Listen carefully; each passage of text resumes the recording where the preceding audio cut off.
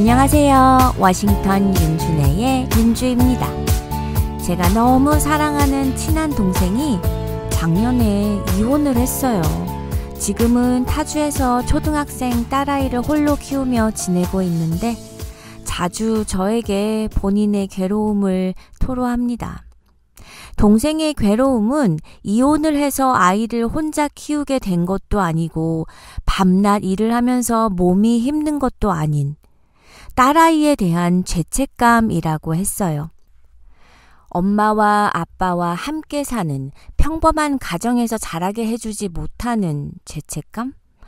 혼자 키우다 보니 밤낮으로 일을 해야 해서 아이와 많은 시간을 함께 보내주지 못해서 느껴지는 죄책감. 또 가끔 술이라도 한잔 한 날엔 자기도 모르게 자고 있는 딸아이를 보면서 너만 없었어도 내 인생 이렇게 힘들지 않을 텐데, 너만 없어도 내가 누군가랑 다시 시작할 수도 있을 텐데, 너는 나에겐 짐이야. 이런 악마 같은 생각이 자신을 괴롭히면 어김없이 다음 날엔 그런 생각을 했다는 거에 끊임없이 또 자책하며 괴로워한다는 거예요. 너무 사랑하는 딸아이인데 어느 순간순간 딸아이가 짐처럼 느껴지면 그 다음엔 다시 죄책감이 몰려오고 그래서 괴롭고 이런 상황이 반복이 된다는 거예요. 야, 너가 일부러 이런 상황을 만들려고 한 거 아니잖아. 어쩔 수 없이 이런 상황이 온 거고 너도 힘드니까 그런 생각이 드는 건 당연해. 우린 사람인데 사람은 누구나 양면성이 있어. 아무리 마음씨 좋고 착한 사람도 속으로는 별의별 나쁜 생각을 다 할 수 있다고. 언니도 싱글맘으로 아이 키우면서 죄책감에 쩔어 살았는데 나중에 깨닫게 되더라고. 엄마의 위축되어 있는 죄책감을 아이들이 보고 불안해한다는 걸. 그러니까 더 자신감 가져. 자신감 있는 엄마가 돼야 해. 죄책감은 자신이 타인에게 해를 끼쳤을 가능성이 있을 때 누가 시키거나 보지 않아도 스스로 괴로워하는 마음입니다. 저도 죄책감을 잘 느끼는 편이에요. 특히나 저도 싱글맘으로 아이를 키우다 보니 아이에 대해선 내 잘못이 아니고 상황 때문에 벌어진 일인데도 아이에게 미안하다는 말을 하게 되더라고요. 어찌됐든 아이는 어른이 돌봐야 하는 아이이고 나는 어른이니까 라고 생각하면 아이가 잘못을 했을 때도 내 자신을 자책할 때가 많았어요. 그런데 보면 죄책감을 쉽게 느끼는 사람과 비교적 그렇지 않은 사람이 있어요. 주변을 관찰해 보세요. 항상 누군가에게 피해를 주면 어떡하지? 나 때문에 우리 그룹이 피해를 보면 어떡해? 내가 사람들 발목을 잡으면 어떡하나? 라는 걱정을 하는 사람들이 있거든요. 반면에 이런 걱정에서 비교적 자유로운 사람이 있어요. 또한 타인에게 피해를 주고 난 후에도 괜찮아, 이 정도는. 괜찮다니까. 아무도 못 봤어. 라거나 그럴 수도 있지 뭐. 라며 죄책감을 별로 느끼지 않는 사람이 있는 반면 아무도 뭐라고 하지 않아도 내가 왜 그랬을까? 난 정말 모질인가 봐. 라며 자신의 행동을 끊임없이 반성하며 때로는 과하게 스스로를 질책하는 사람이 있다는 거예요. 이렇게 죄책감을 잘 느끼는 사람들의 특징은 일반적으로 사람들을 실망시키는 것에 대한 두려움이 커요. 죄책감은 타인의 감정을 상하게 하거나 또는 객관적인 손해를 끼치는 것과 관련되는 경우가 많은데, 즉 타인의 존재를 염두에 두고 만들어지는 감정이기 때문에 감사, 사랑 등과 함께 사회적 감정으로 분류돼요. 이런 죄책감은 가급적 사람들에게 해를 끼치지 않으려고 하고 잘못을 한 후에는 반성을 하기도 하니까 어떻게 보면 긍정적인 영향을 발휘하지만 문제는 죄책감이 지나칠 때예요. 죄책감이 지나치면 부작용들이 따라오거든요. 청취자분들은 어려운 과제를 하거나 어떠한 난간에 부딪혔을 때 주변에 도움을 요청하시나요? 보통 그렇죠. 혼자는 하기 어려운 것도 둘, 셋이서 하면 해낼 수 있으니까요. 사회심리학자에 실린 한 연구에 의하면 죄책감을 잘 느끼는 사람들은 그렇지 않은 사람들에 비해 이런 사회적 지지를 덜 구하는 모습을 보인다고 해요. 이유는 자신의 부족함이 타인에게 해를 끼치게 될까 봐서, 또 타인을 실망시킬까 봐 두렵기 때문이라고 합니다. 연구자들은 참가자들에게 어려운 과제를 할 것이라고 알렸어요.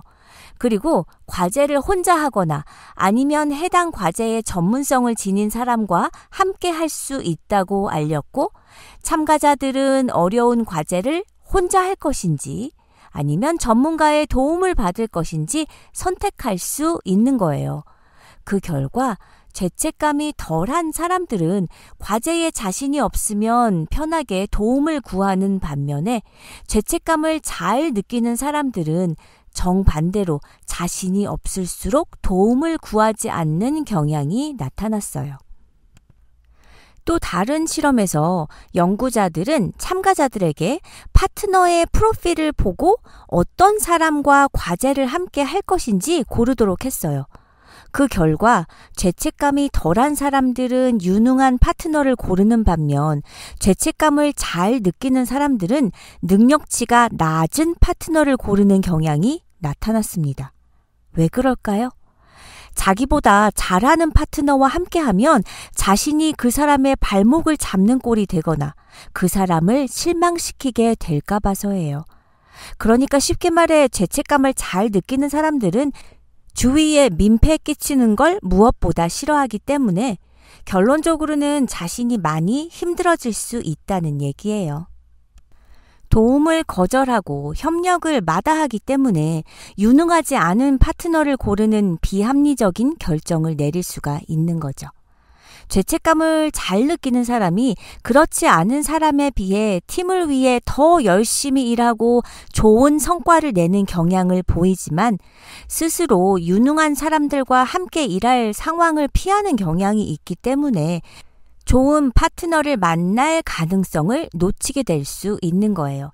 또한 리더가 될 능력이 충분히 있음에도 큰 책임을 지기 싫어하는 경향을 보이니 리더가 될 기회를 놓쳐버릴 수도 있는 것이고요. 죄책감에는 다양한 원인이 있어요. 실제로 사회의 규칙을 깨트리거나 남에게 해를 끼치는 잘못된 행동에 대한 진짜 죄책감이 있죠. 이러한 죄책감은 바람직하지 않은 행동을 조심해서 안 하게 되고, 타인에게 상처 주는 행동은 안 하려 노력을 하게 돼요. 필요하다면 피해를 입힌 상대에게 사과하고 관계가 회복되는 생산적인 면도 있기에 모든 죄책감이 나쁘다고는 할 수 없어요.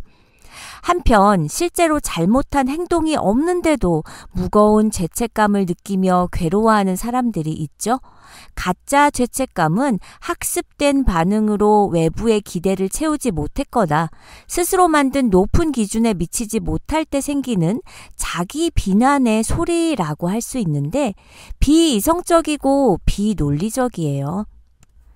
때로는 사랑하는 사람의 임종을 곁에서 지켜주지 못했거나 충분히 돌보지 못한 미안함, 또는 사고나 전쟁에서 동료는 죽고 자신은 살아난 데에 대한 생존자의 죄책감 등 자신이 통제할 수 없었던 상황에 대한 죄책감을 느끼기도 합니다. 예를 들어 세월호 참사의 생존자와 희생자의 가족들이 겪을 죄책감이 그러하죠. 전혀 본인의 잘못이 아님에도 불구하고 살아남았다는 사람들이 느끼는 죄책감이요. 사랑하는 이들을 잃은 슬픔도 클 텐데 죄책감까지 그들을 괴롭히는 건 너무 가혹하다고 할 수 있어요. 그렇다면 불필요한 죄책감을 어떻게 제거할까요? 스스로 만든 가짜 죄책감은 무엇인지 먼저 살펴봐야 합니다. 혹시 실수나 잘못된 행동으로 인해 발생한 죄책감이라면 사과나 용서를 구하거나 처벌을 받음으로써 죄책감을 줄일 수 있죠. 엄한 부모 밑에서 성장해서 높은 도덕적 양심 기준을 가졌거나 종교적인 율법에 강한 지배를 받는 사람, 또는 완벽주의자인 경우 더 큰 죄책감에 시달리는데, 본인이 그런 성향이 강하다면 자신에게 조금 더 너그러워지고 스스로를 용서하는 적극적인 노력이 필요해요. 비이성적인 죄책감이 계속될 경우 자존감이 저하되고 무기력함과 통제력을 상실한 느낌으로 우울감이 깊어질 수 있거든요. 죄책감이 심한 경우 인지치료나 상담을 통해 수정하는 것도 하나의 방법이에요. 죄책감은 마음속에 있는 하나의 생각과 감정일 뿐, 그것이 꼭 사실은 아님을 기억하세요. 사람들이 흔하게 겪는 죄책감이 어떤 죄책감인 줄 아세요? 일 중독인 사람들은 쉬고 있으면 죄책감이 든다고 해요. 또 우리 여자들이 흔히 겪는 죄책감 중에 폭식에 대한 죄책감도 있죠. 폭풍 흡입하고 나면 죄책감 들잖아요. 저는 낮잠을 자는 것에 대한 죄책감이 있어요. 그래서 아무리 졸려도 임신했을 때를 제외하고는 제 평생 저는 낮잠을 잔 적이 없어요. 낮잠을 자고 일어나면 소중한 시간을 낭비했다는 죄책감이 들거든요. 그럼 흔히들 겪는 음식을 먹고 난 후에 오는 죄책감에 대해 조금 얘기해 볼까요? 어떤 음식을 먹느냐도 중요하지만 어떤 마음으로 먹느냐도 우리 몸에 영향을 미친다고 해요. 쉬운 예로 같은 음식이지만 이 음식이 나를 살찌울 거야. 이거 먹으면 살쪄. 이거 먹으면 아플 수도 있는데? 라고 생각하는 사람이 그렇지 않은 사람보다 살찌기가 쉽다는 거죠. 폭식과 체중으로 힘들어하는 사람들 대부분이 음식과 건강하지 않은 관계를 맺고 있는데, 음식을 좋은 영양분, 연료로 생각하기보다는 살만 안 찌면 괜찮아? 혹은 기분 전환해주는 도구로 생각하기 때문에 음식을 대할 때 늘 두려움, 불안함, 자책감을 가지는 것이래요. 그럼 먹고 난 후에도 죄책감이 느껴지지 않게 음식과 좋은 관계를 맺을 수 있는 방법은 어떤 게 있을까요? 음식을 먹는 것에 대해서 어떻게 느끼는지 자신에게 질문을 해보는 겁니다. 예전에 제가 음식과 가진 관계를 관찰해 보았을 때 이런 식이었어요. 새우튀김처럼 지방이 많고 기름진 음식을 먹을 때 죄책감이 든다. 칼로리를 오버해서 먹으면 살이 찔까봐 불안해. 내가 건강하다고 믿는 음식을 먹으면 기분이 좋지만 내가 건강하지 않다고 믿는 음식을 먹으면 기분이 우울했어. 등등이었죠. 어떤 특정 음식을 먹는 것 등 나에게 트라우마가 있다면 문제의 근본 원인, 즉 뿌리를 해결해야 해요. 자, 그럼 가장 흔한 예를 들어볼게요. 음식을 먹을 때 자괴감이 들어. 왜 자괴감이 들지? 살이 찌는 것이 두렵기 때문이고 나는 나를 통제할 수가 없기 때문에. 그럼 왜 살이 찌는 것이 두려운 거지? 살이 찌면 자신감이 없어지고 우울하기 때문이야. 왜 살이 찌면 자신감이 없어지는데? 살이 찌면 예쁜 옷이 맞지 않을 테고 내 자신이 예쁘지 않으면 사람들하고 친해지기가 힘들어. 왜 그렇게 생각해? 날씬하니까 사람들이 나를 더 좋아했던 것 같아. 나의 외적인 부분 때문에 다른 사람들이 나를 좋아하고 안 좋아한다고 생각해? 나의 가치가 내가 날씬하고 뚱뚱하고의 문제와 무슨 상관이 있지? 네, 나의 가치는 언제나 항상 그대로 있어요. 나의 겉모습이 어떻든 언제나 가치 있고 온전하다는 사실을 알아야 해요.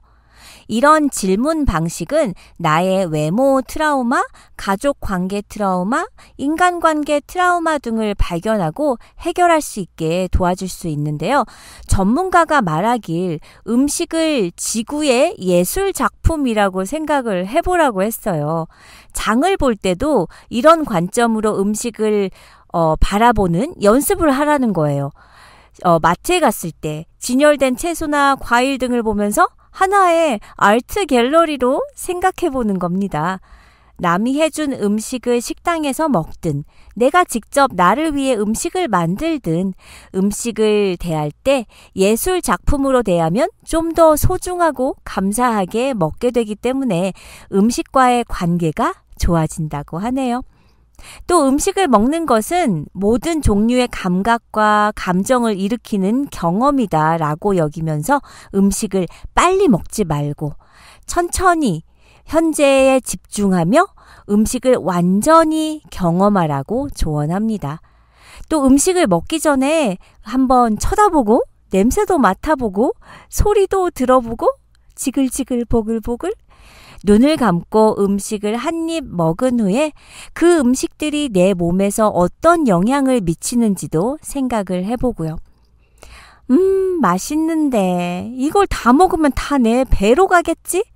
라는 생각을 하기 전에 음식의 재료 하나하나에 나의 감정을 결합시킨다면 점차 음식에 대해 죄책감보단 감사하는 마음이 더 생길 거예요. 저는요, 죄책감 하면 돌아가신 저희 친할머니가 떠오르거든요. 늘 자식들에게 죄책감을 유발하셨어요. 어린 제가 봐도 너무 티나게 그러셨다니까요. 항상 피해자 코스프레에 본인이 맨날 불쌍하다고 하시면서 저희 아빠나 며느리인 엄마에게 죄책감 유발하는 발언을 끊임없이 하셨어요. 가스라이팅하고 갑질하고 그러다가 자식들이 조금 소홀해지는 것 같으면 갑자기 아프다고 병원 입원한다고 하고 또 울고 자기가 살면 얼마나 사냐고 울고불고 서럽다고 울고 억울하다고 울고 허구한 날 이러셨어요. 이렇듯 죄책감이란 내가 원하지 않아도 타인에 의해서 느껴지기도 하는데 이럴 땐 무작정 죄책감을 느끼며 괴로워하기보단 주위 분들의 의견을 물어보고 도움을 받는 게 좋은 것 같아요. 하지만 죄책감은 인간의 삶에 반드시 필요한 것이라고 생각해요.